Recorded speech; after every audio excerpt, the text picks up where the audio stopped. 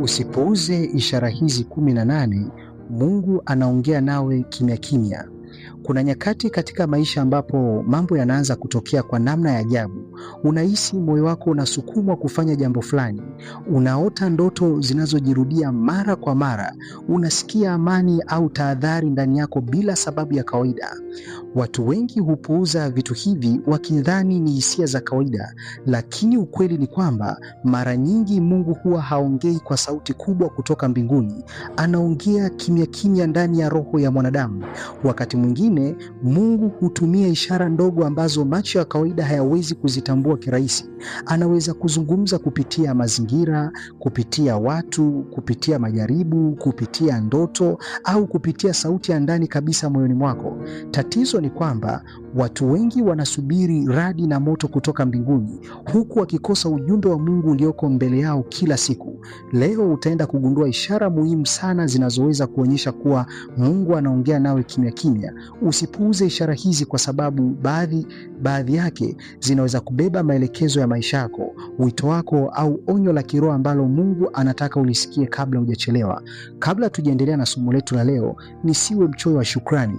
Napenda kuwashukuru watu wote mlio subscribe katika channel yetu hii ya Nguvu ya Maono Media. Hakika ninyi ni watu wa muhimu na wa thamani sana kwetu.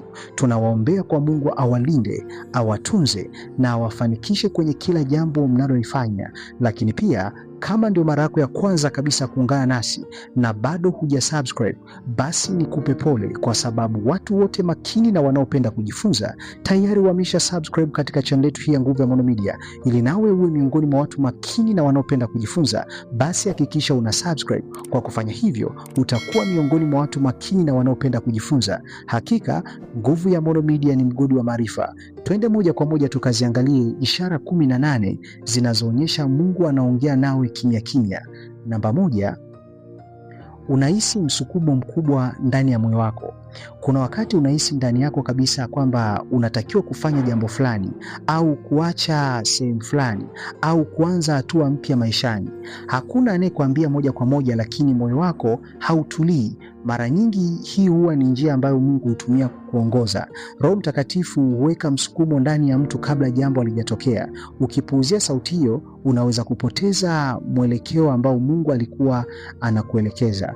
Kwa hiyo ishara ya kwanza ambayo inaonyesha Mungu anaongea nawe kimya kimya, unahisi msukumo mkubwa ndani ya moyo wako. Kuna wakati unakuwa unahisi msukumo wa kufanya jambo fulani.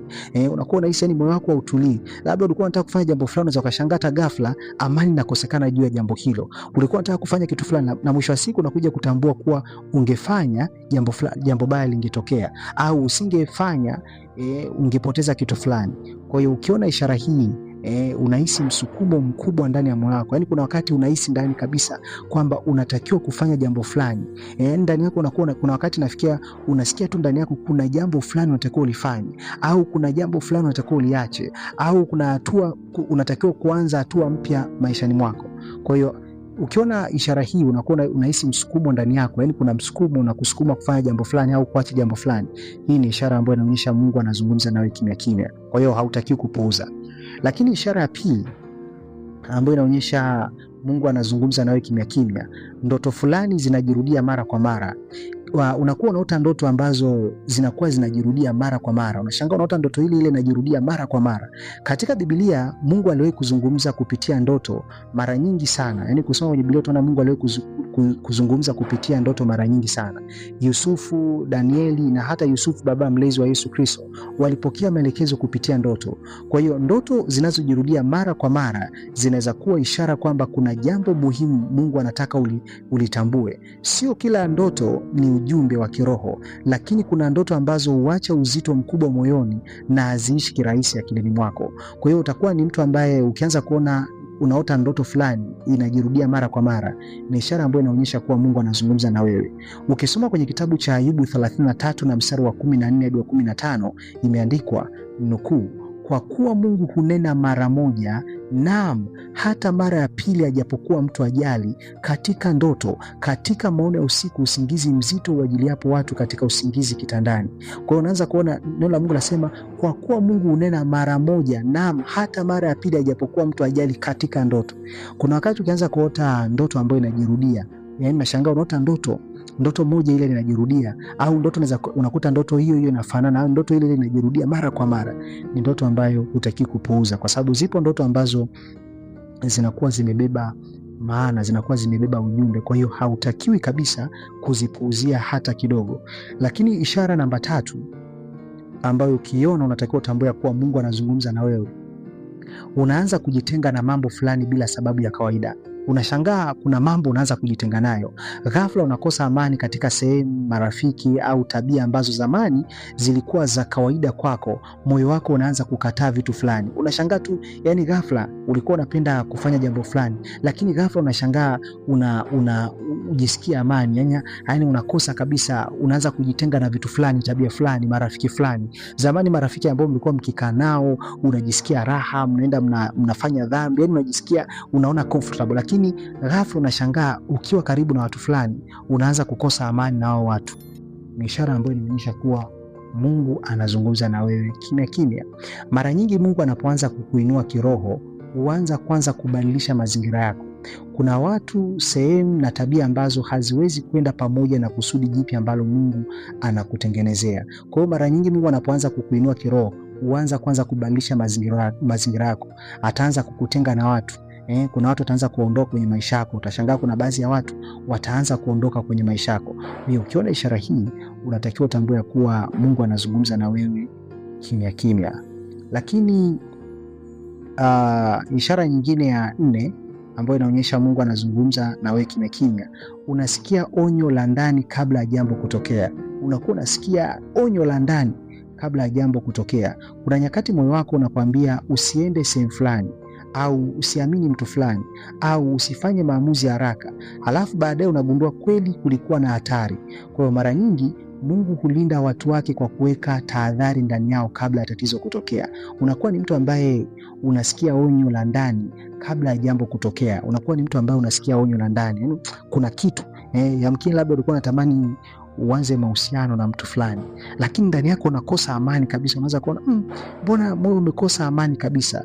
Au ulikuwa unatamani kuanzisha biashara, au ulikuwa unatamani kushirikiana na mtu fulani kufanya biashara au kufanya jambo fulani, unashangaa tu ndani yako tu unakosa amani ghafla juu ya mtu huyo, na mwisho wa siku unakuja ukiacha, mwisho wa siku unajua gundua kumbe kulikuwa kuna hatari ambayo ungeipata. Ukiona ishara hii, tambua kuwa Mungu anazungumza na wewe kimya kimya. Kwa hiyo mara nyingi Mungu walinda watu wake kwa kuweka tahadhari ndani yao kabla ya tatizo kutokea. Ndio maana ukisoma kwenye kitabu cha Mithali 1 na mstari wa 33 imeandikwa, bali kila anisikilizaye atakaa salama, naye atatulia bila kuogopa mabaya. Kwa hiyo ukianza kuona ni mtu ambaye unasikia onyo la ndani kabla ya jambo kutokea, ni mtu kabla kitu hakijatokea cha hatari, ndani yako unaanza kupata alert, unaanza kupata tahadhari kwa kuna kitu hakiko sawa. Ukianza kuona ishara hii, tambua Mungu anazungumza nawe kimya kimya, hutakiwi kupuuzia kabisa. Kuna wakati unataka kusafiri lakini ghafla unakosa amani. Unakosa amani kabisa. Au unataka kufanya kitu fulani ndani unakosa amani. Yaani unaona kabisa hii jambo nikifanya kuna kitu inaweza kutokea kibaya. Hii ni ishara ambayo inaonyesha kuwa Mungu anazungumza na wewe kimya kimya. Lakini ishara ya 5 ambayo inaonyesha Mungu anazungumza na wewe kimya kimya, ujumbe fulani unakufuata kila mahali. Unaweza kukukuta kila mahali. Yaani unashangaa ujumbe fulani unakufuata kila mahali. Unaweza kukukuta kila mahali. Unasikia ujumbe ule ule, mahubiri tofauti, watu tofauti, video tofauti, lakini mada ni moja. Hii huwa sio kawaida.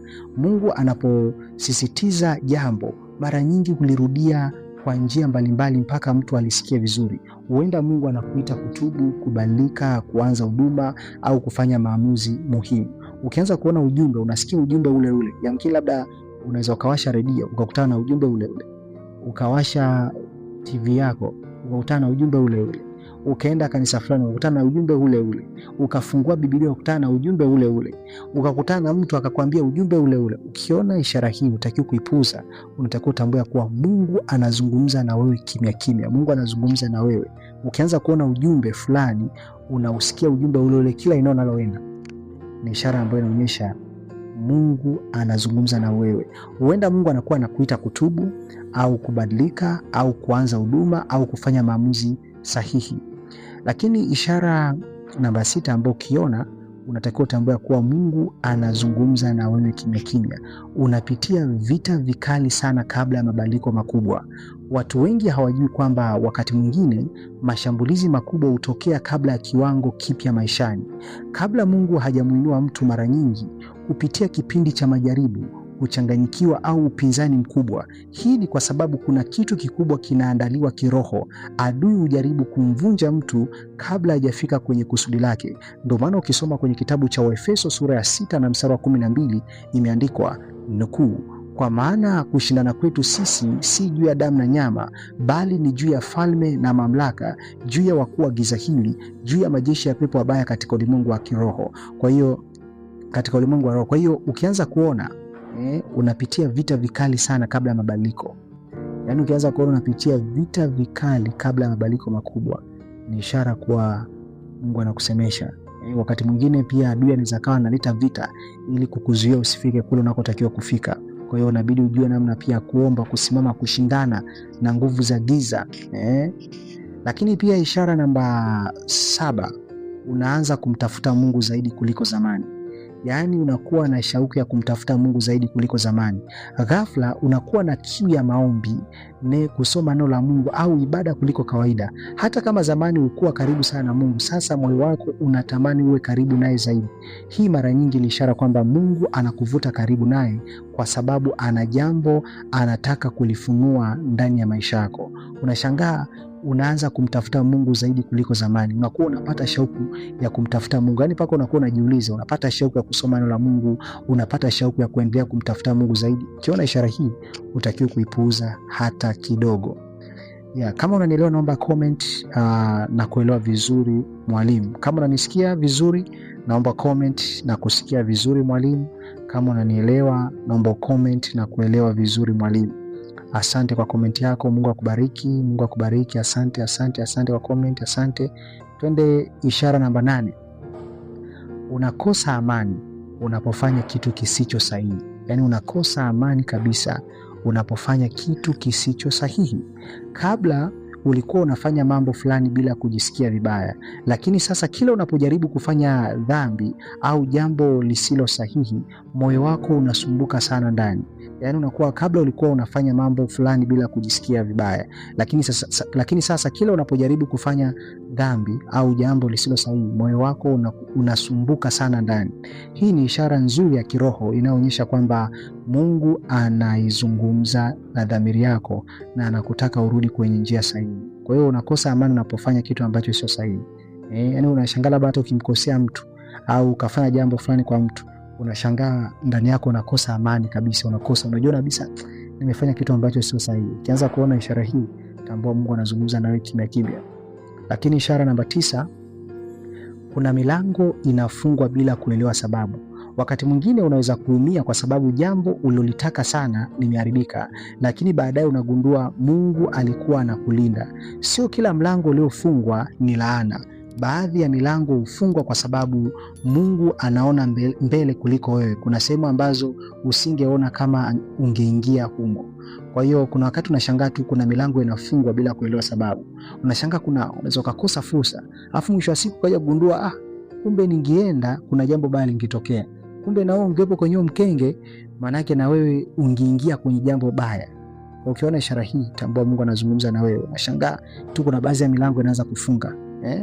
Kwa sio kila mlango uliofungwa ni laana. Baadhi ya milango hufungwa kwa sababu Mungu anaona mbele kuliko wewe. Kuna sehemu ambazo usingepona kama ungeingia huko. Yaani kuna maeneo usingepona kama ungeingia huko. Kwa Mungu anaamua kufunga mlango ambao sio sahihi kwenye maisha yako. Sio kila mlango unatakiwa kuingia. Umeona Kuna milango ukiingia unaumia, unaishia kuangamia. Kwa hiyo kuna baadhi ya milango Mungu anaweza funga. Milango inaweza kaja kama fursa, unashangaa fursa fulani umekosa.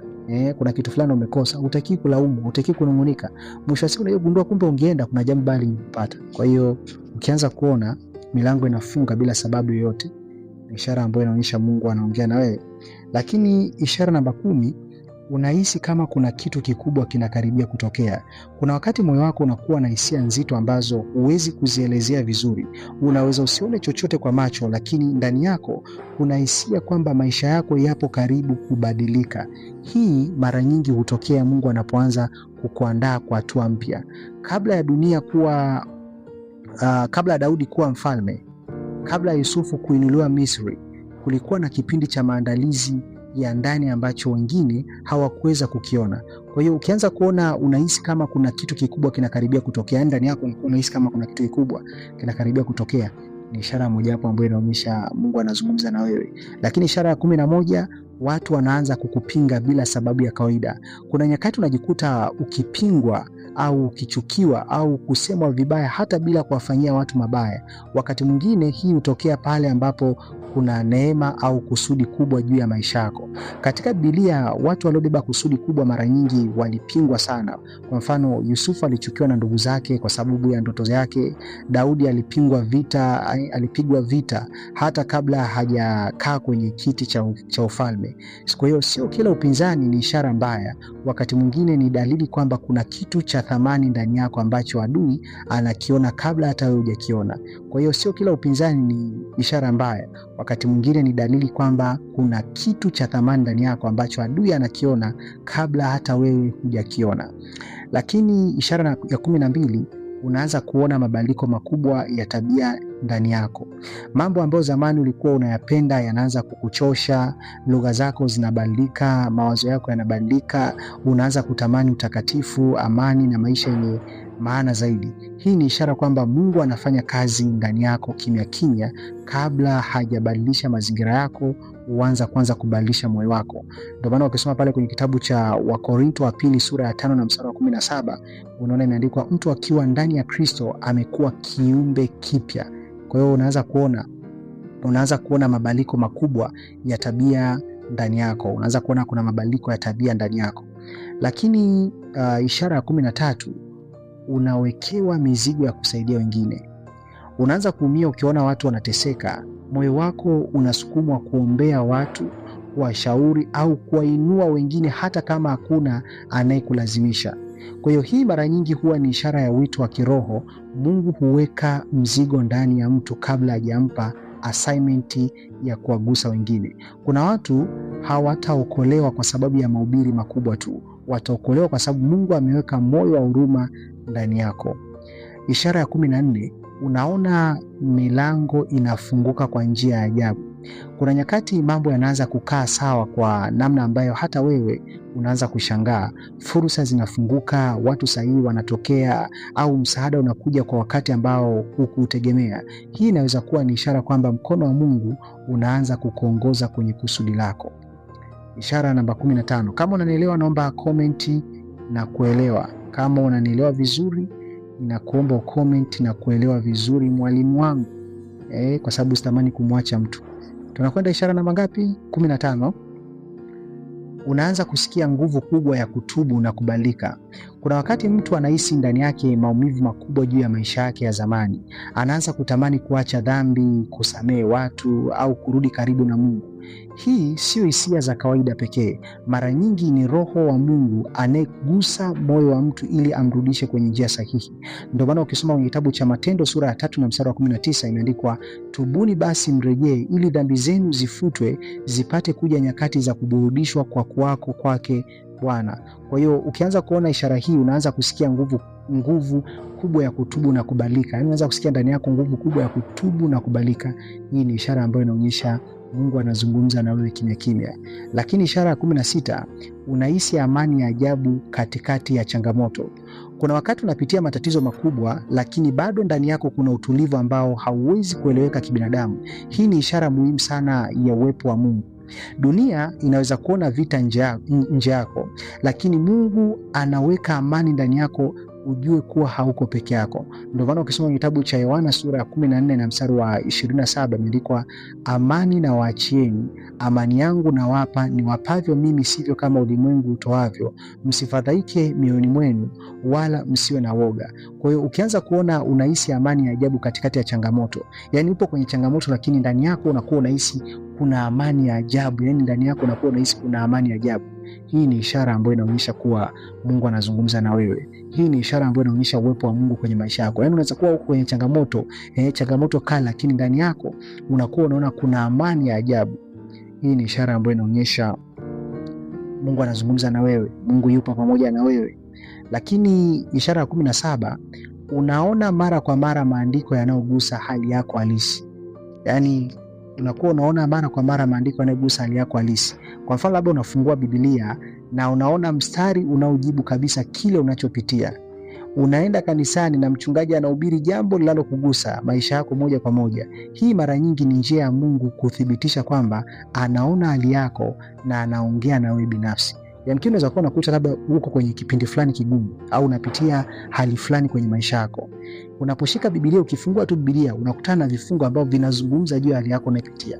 Au unakwenda kanisani, unakutana na mchungaji anahubiri kile unachokipitia. Mpaka unaanza kujiuliza, au mchungaji ameniona nini? Hii ni ishara Mungu anazungumza na wewe moja kwa moja. Yaani hii mara nyingi ni njia ya Mungu kuthibitisha kwamba anaona hali yako na anaongea na wewe binafsi. Ishara namba 18, unaanza kuvutwa kwenye kusudi fulani bila kuchoka. Kuna jambo ambalo linaendelea kurudi ndani yako tena na tena. Unaweza kujaribu kulikimbia, lakini moyo wako bado unalitamani. Huenda huo ndio wito wako. Mungu anapoweka kusudi ndani ya mtu huwa halifi kirahisi. Musa alijaribu kujiona hafai, Yeremia alijiona mdogo, lakini Mungu alikuwa tayari ameweka kusudi ndani yao. Ndio maana ukisoma kitabu cha Yeremia sura ya 1 na mstari wa 5 imeandikwa, kabla sijakuumba tumboni nalikujua. Kwa hiyo jambo la msingi, Mungu huwa haongei kwa njia moja tu. Anaweza kutumia ndoto, watu, mazingira, maumivu, amani ya ndani au hata ukimya kukuletea ujumbe. Tatizo sio kwamba Mungu haongei. Tatizo kubwa ni kwamba watu wengi hawatambui ishara zake. Wengine wanapoteza nafasi zao kwa sababu walipuuzia sauti ndogo ambayo Mungu alikuwa anaitumia kuongoza. Ukianza kuona ishara hizi katika maisha yako, usizichukulie kawaida. Huenda mbingu zinajaribu kukuandaa kwa hatua kubwa sana ya maisha yako. Ni matumaini yangu kuna kitu ambacho umejifunza. Kama kuna jambo ambalo umejifunza, ningependa uniambie umejifunza jambo gani. Lakini pia nitapenda ukiniambia unatufuatilia kutoka sehemu gani. Mungu akubariki, nikutakie wakati mwema.